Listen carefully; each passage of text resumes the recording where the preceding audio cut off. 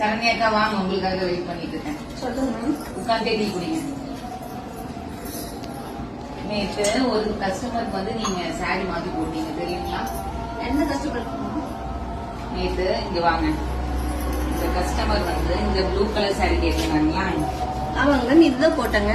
இந்த சாரி தானே கேட்டிருக்காங்க. ஆமாங்க. நீங்க வந்து அவங்களுக்கு வீட்டுக்கு போனதுக்கு அப்புறம் எது அவங்க அனுப்பிச்சிருக்காங்கன்னு பாருங்க மேம். இதுல ஒரே கலர் சாரி தாங்க மேம் இருக்கு நம்ம கிட்ட. அப்ப பாருங்க, அவங்களுக்கு இந்த கலர் போயிருக்கு. அவங்க கேட்டது இந்த கலருங்க.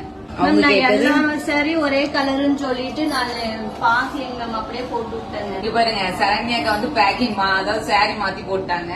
சோ அதனால வந்து பனிஷ்மெண்ட் என்னன்னு சொல்லி நீங்களே சொல்லிருங்க. பனிஷ்மெண்ட்டுங்களா மேம்? எனக்கு அது தெரியாதுங்க. அது எல்லா கலரும் ஒரே கலரா வந்திருக்கனால நல்ல வேலை அந்த கஸ்டமர் வந்து சரி ஓகே நான் இதே வச்சுக்கிறேன்னு சொல்லிட்டாங்க. அதனால பரவாயில்லைங்க. இல்லன்னா நம்ம ரிட்டர்ன் போட்டுக்கணும். மேம் தேங்க்யூங்க மேம், எனக்காக நீங்க அதை வச்சுக்கிட்டதுக்கு.